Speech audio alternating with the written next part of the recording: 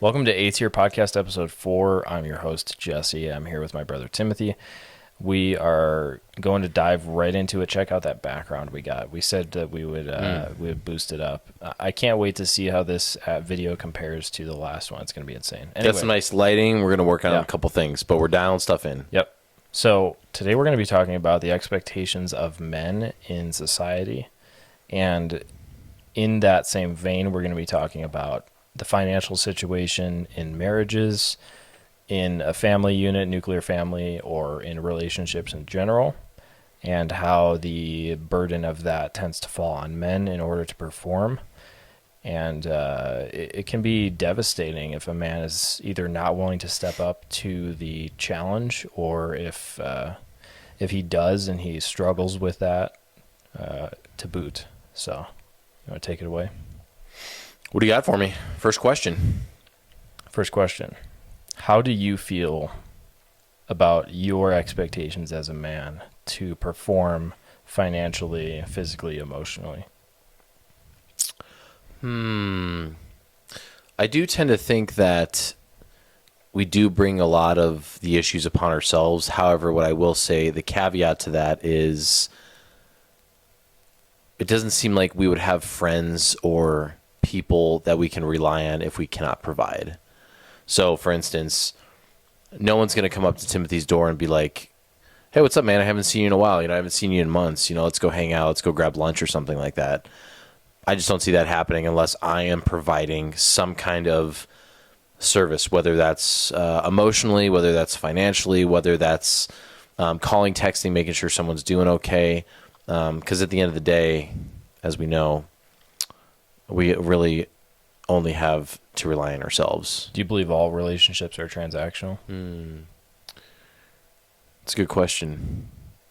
I personally don't, only because at this point in my life, I do know a few people that I don't feel like I have to be transactional with relationships. I do believe that I can call on a couple people in my life that I'm able to call on without any type of ulterior motive.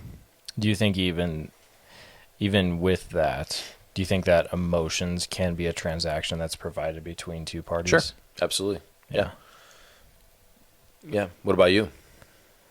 Yeah, I think that it's not a problem to want a transactional relationship in a way, because if you're defining transaction by a give and take, every relationship is like that. And there's no way around that.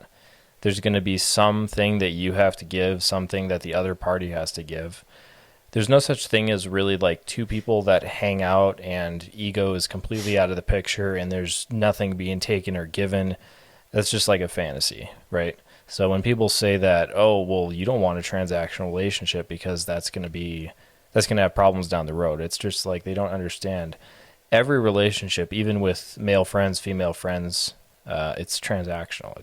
That's just the nature of things. I will say, going back to the nuclear family, what people like to talk about the nuclear family, yeah. I believe that those were very transactional relationships. The man married the woman. The woman knew that her place was to cook and clean and bear children. The man knew his place was to provide, pay the bills, mow the lawn, fix things in the house, whatever you want to call it. So it seems like everybody kind of fell into their roles naturally, which is probably one of the better options. However, it was transactional in a way. I don't think people did that because they actually wanted to. I think maybe some did. I think men are providers at heart, but that really struck a chord with transactional relationships back then, before all of the rights that everybody kind of has now. And I'm not trying to get like super political here, but just the fact of everything was very black and white back then. So there wasn't really any room for gray area. Like, well, what if the man didn't want to provide? Or what if the woman didn't want to have children? Or she didn't want to marry someone for financial access or something like that? So, do you think children in a family situation like that, do they have roles to fulfill, or is it the parent's duty, or is it a little bit of both? Do children have roles to fulfill in the family? Yeah. do they have transactions that they need to establish Oh, with I the see what mother you're and saying. father? I see what Or you're saying. Well, I mean, I would say that there was always some kind of standard for the children to hit, which it could have been doing the chores, taking out the trash, even going to school. Like the parents wanted the kids to go to school. Like, you're going to go to school and get an education. So they're like, okay, I will go, and therefore you'll be happy. So yeah, so I guess shifting briefly, how do you think that society is going to look now that women have a lot better chance in the game? Not more skin in the game. That's not the right way to say it, but a better chance at having their own independent financial situation, their own life and house without a man in the picture. How will that tip the scales? And also, how do you think AI will change society as far as the workforce goes and finances and all that? you want to go down the what role do women play in society, all the way to how is AI going to handle being Well, in no, society? not what role they play. It's how have these things changed now, and what does that look like now? Well, I think you put it really well quite a while ago. Is people complain that, especially the red pillars will say, Yeah, well, women have too many rights, and they have this and they have that, and they can do whatever they want. they don't need a man, is True. what's commonly. Yeah, we don't need no man. I can do everything a man can, and I can go get a boyfriend or go do whatever, Which, whenever. side note on that, you don't even want someone to need you. You want someone to want you. If So I was someone, getting at. yeah, if someone needs you, it's anyway. Right. Take Well, take that's that what I away. was basically. That's what I was getting at. Is you mentioned that we may be in a better position now because women actually want to be with men versus actually having to need to be with a man. Yeah. So that's a very interesting point.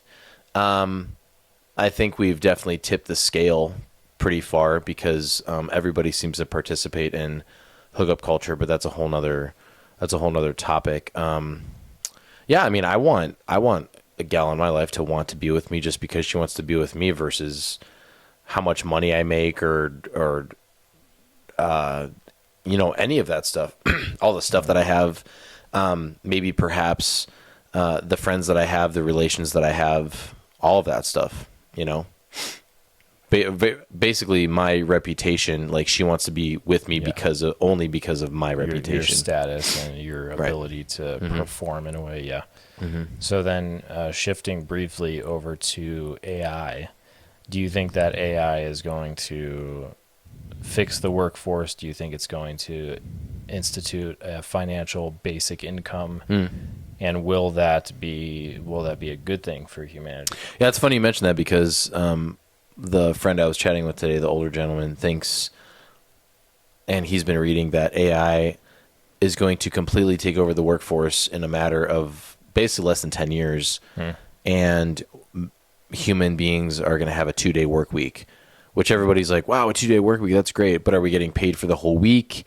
And what's happening with those other 5 days? Like, there's a lot of leisure time to indulge in all different kinds of things because you don't have to work.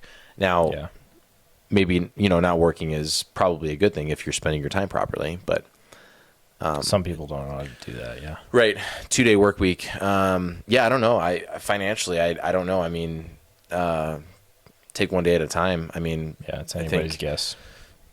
people think that AI is going to completely take over. We already have robots kind of handling restaurant stuff now, which Yeah. is completely cutting out any type of labor, which is crazy. Yeah. Look at China. See what they have already implemented with certain Totally. spots. It's crazy. Yeah. So as far as the finances go, I mean, is it even gonna matter if a man provides, money? Is it gonna matter Yeah. that he's just a normal human being at the end of the day? Will there be a hierarchy in the future? Will everyone be a lot more equal? I don't have enough information to make a really Yeah. educated guess on that because I have no idea what that's going to look like whatsoever. Yeah. Thing that I think is interesting is as society shifts away from being less dangerous, then men's role in a way starts to dissolve because before, in tribal times, when men had to fight bears or protect the tribe, then a man's role was cut and dry, and then a woman's role was also cut and dry.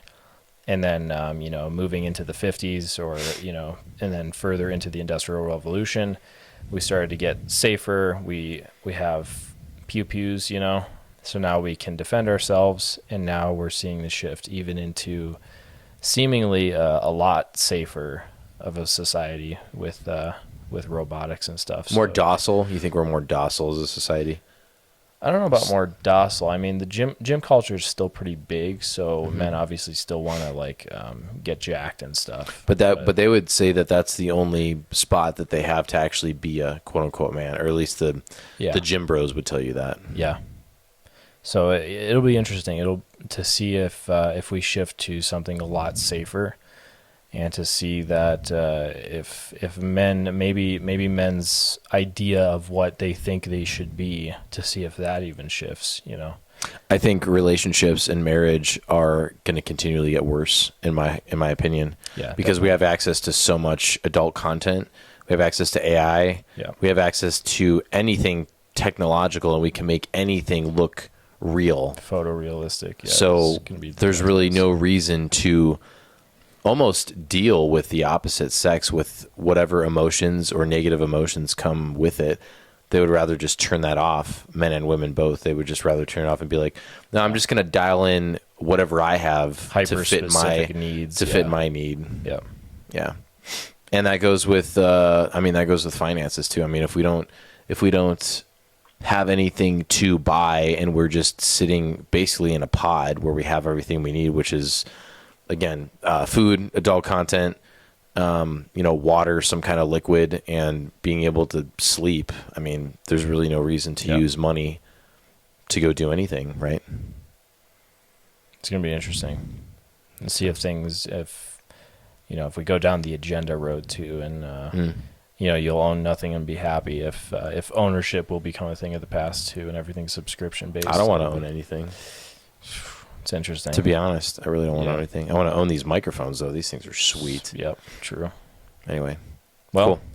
Thank you guys for stopping in. Appreciate you watching, subscribing, liking, commenting. All that stuff helps us a lot. Make sure you do it if you love our content. And follow us for more. We'll always be here. So thanks, Jesse. Yeah, thanks for coming on. Appreciate it.